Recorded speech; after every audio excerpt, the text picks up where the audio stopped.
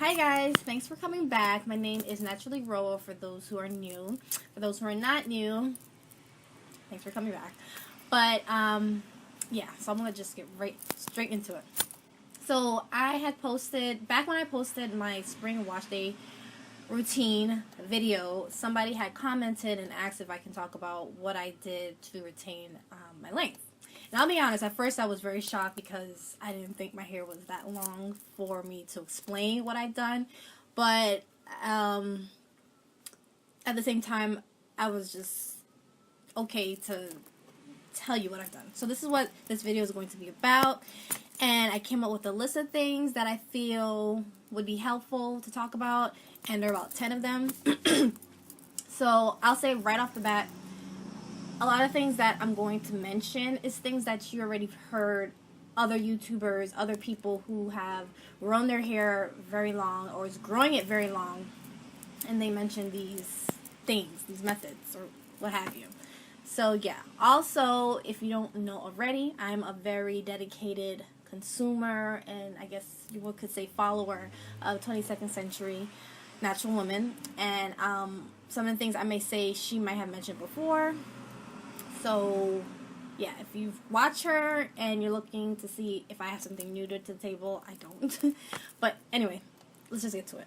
So, number one, the first thing I did was believe in myself. Believe that I could grow my hair to longer lengths. Yeah, I'll be honest, I was definitely one of those people who was under that stereotype, or who believed in that stereotype, oh, black people can't grow hair, black women can't grow hair, or women with textured hair can't grow it past a certain length. I had that ingrained in my head for a long time, and when I finally realized that it was attainable, it is possible, I had literally changed my whole mindset. And that's where you need to start. Whenever you want to accomplish something, if it seems like if you really want to do it, you need to put it in your mind that you can do it. And you need to start seeing how it can be done. Alright? But if you're going to constantly doubt yourself and not believe that you can do it, unsubconsciously, you're going to put obstacles and barriers that will prevent you from attaining that goal. So that's number one. That's definitely what I did. So some deep soul searching.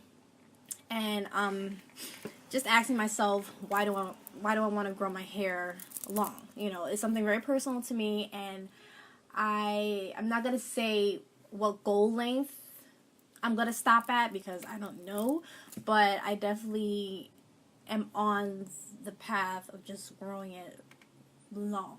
Number two is products. So I am 100% chemical free in my hair care regimen, meaning no, I don't use relaxers in my hair, texturizers. No, meaning like I don't use store-bought products in my hair. And when I say store-bought products that are not 100% natural. So yeah, so I totally switched. Besides my mindset, I totally switched my product usage. Like I took out everything that I used to use that had ingredients that I cannot pronounce or ingredients that I cannot eat, and I just stopped using them. So right now I only use 100%, not 99%, 100% natural things in my hair, whether it's from 22nd century or if it's a DIY I make or if it's an Ayurvedic product like my henna or amla or whatever. Okay, so that's what I personally did. And I found when I made that switch, first of all, it made my routine so much more simpler because I knew what I was going to use and it worked every time. Also, I knew what I was putting in my hair and my hair was responding well, so I didn't really see a need to start switching it up and trying something else new to see if I can get an even better result. Because I find like the way my hair responds to what I'm using now is my hair at its best, so I'm not going to keep searching for the next best thing to see if that's going to work, because in the past, when I used to use store-bought products, it would just be like that. Like, first of all, I never found anything that my hair responds to as well as it is now, and I would just consistently be on that search, and I would end up piling up my arsenal with a whole bunch of other products that I would use once or twice, or never use it because it just didn't work for me. It just didn't work for my hair. So some people may disagree with me on that because they say, well, I use store-bought things in my hair and I have to constantly switch it up because I don't want my hair to get used to it. Now, if that is working for you guys, then continue to do it. But I'm just telling you what works for me and what I'm continuing to do and not change. Number 3 is protective styling.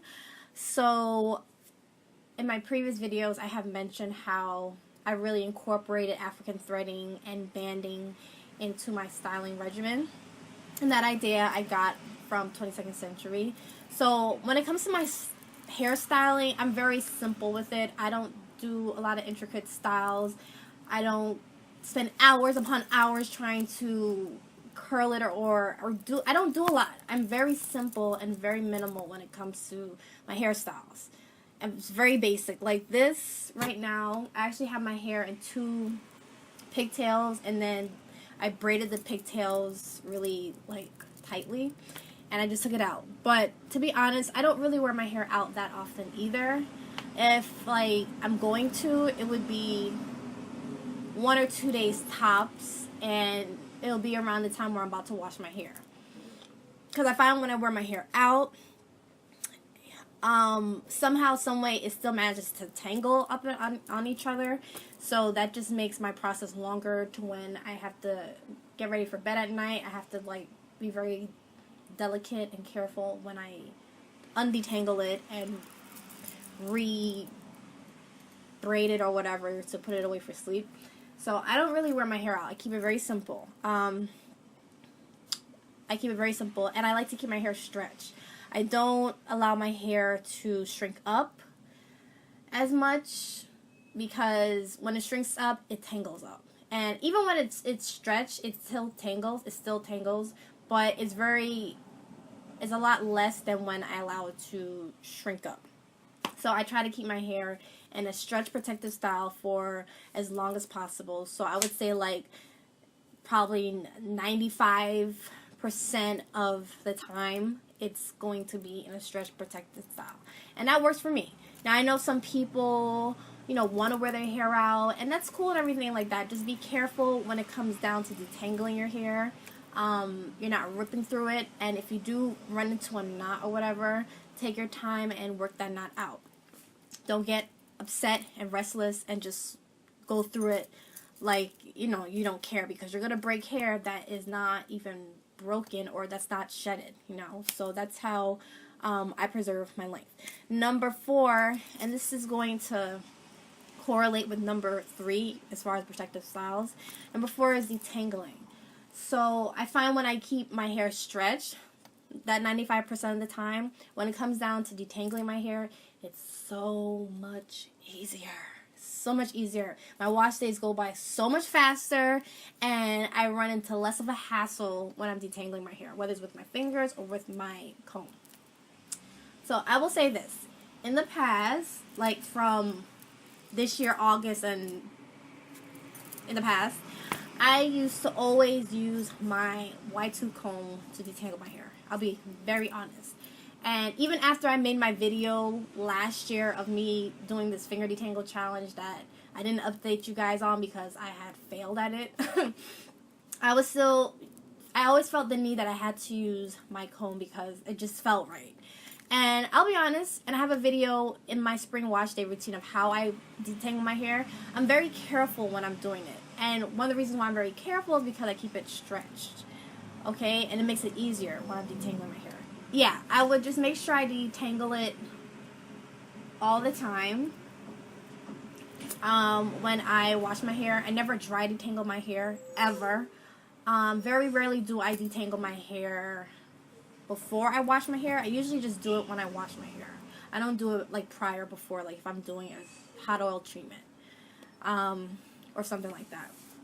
But I brought up the first part about me using a comb because now, since September, and now, present day, I've been using my fingers mostly to detangle my hair. And the reason why is because I had rewatched one of 22nd Century's videos, and she was talking about how you should detangle your hair with your fingers more than a tool in order to keep the curl patterns there. So if you ever notice, like her videos in particular, she always has like the ringlets or the waves in her hair. Is because her hair is clumped together, and when that happens, it's because she used her fingers. When you use a tool, whether it's a comb or a Denman brush or what have you, you brush that out. You disturb the curls, and then you have like frizzy hair. Now, it's okay if you're going for a look that needs it to be frizzy, but if you're not and you want it just to be like slicked down or whatever, you want to use your fingers more. So when she said that, it resonated with me, and I was like, okay, I'm going to put the effort in to do that more, because I do want my curls to pop more. And I would find in the past it wouldn't, because I was always using my comb. So since September, even till now, I've been solely finger detangling my hair. Only once a month do I use a tool to detangle my hair. And I find that the finger detangling is just as effective, if not better, than the comb. And I'm so mad at myself for underestimating it in the past, because I used to dread the wait or how long it would take me to detangle my hair. But it's really not that much longer, and it's really a lot easier. It's a lot easier. And I guess it's because of all the other things I incorporated, like in terms of protective styling, keeping it stretched and whatnot. So, yeah, I've been slowly doing that more often, and I'm going to see if that actually helps me grow or help me retain even more length, because a lot of people you see out here who has super long hair, a good majority of them will always say finger detangle. Always. So, yeah, we'll see how that works. Number 5, limiting my heat usage. I wasn't really sure if I wanted to add this in, because I never really been a heat user since I've been natural. When it comes to blow drying, I don't remember the last time I blew out my hair. It's been a couple of years. I don't flat iron my hair like I attempted to a couple of years ago, and that just failed. As you can see, the video's not up, but I don't use heat like that. This year, I think I sat under the dryer to do a deep conditioning.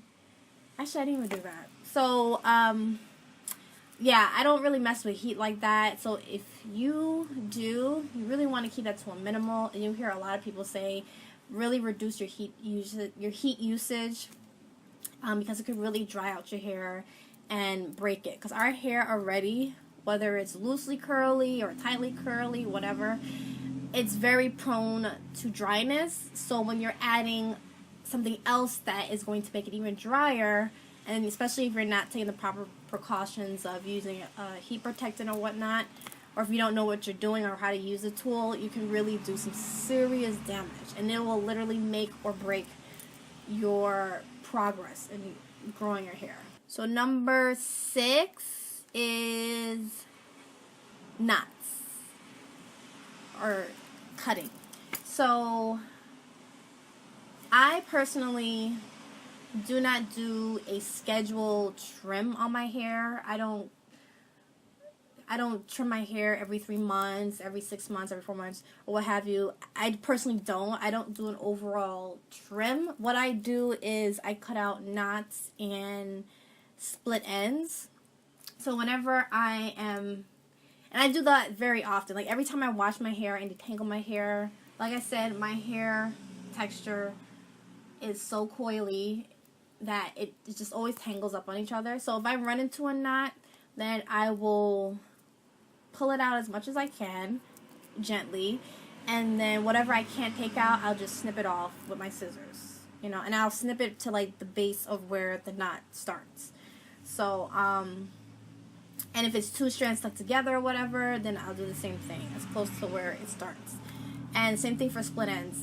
To be honest, since I've been using 22nd Century's products and doing her methods in terms of caring for my hair outside of washing it, I find that I don't really get split ends anymore, and that could just be for a number of reasons. One, that her products are very moisturizing, and it really helps keep my ends moisturized. Also the protecting of it when it's in the bands or in the threads or whatever, it really does help. So I really don't see split ends in my hair the way it used to before I started using her stuff and making my own things. But if I happen to, I will cut those off, because you know split ends, they're just going to break off and make your ends thin and whatnot. But yeah, but I do cut knots when I see them. I don't leave them, but I don't do a scheduled trim.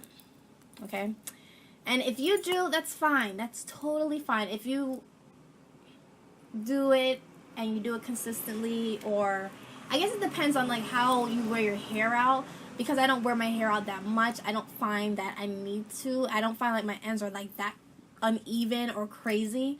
Like they're very well put together, and that's just because of how I wear it.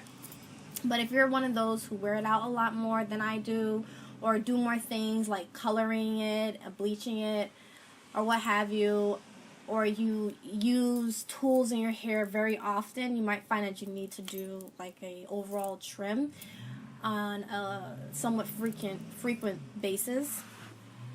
But for me, I don't. Okay, and I'm just gonna maintain that. That was number 7, I think. Yeah, I think that was number 7. Number 8, and I'll wrap this up with number 9. It's simplicity, minimalism, and consistency. So less is more. Less is more, and it's true.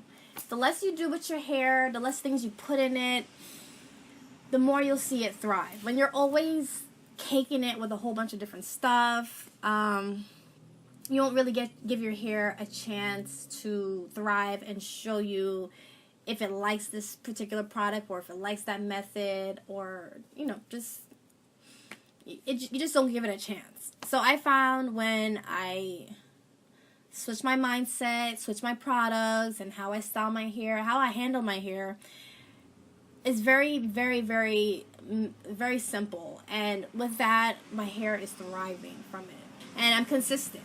In the past, I'll be honest, I wasn't consistent with doing something. Like somebody will talk about, oh, this next method of how to grow your hair 1 inch, grow your hair how many inches. And I'll do it, but then because I'm so anxious or whatever, I won't be consistent with it, because I'm just like, oh my God, it's not working for me. Or, you know, and it may have had worked for me, but I just never gave it enough time to. So yeah, I'll say that for number 8 is to be very simple and minimal and consistent when it comes to your hair.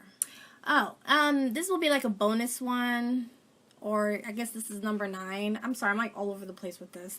But number 9 is looking for motivation. So what I did is I would stop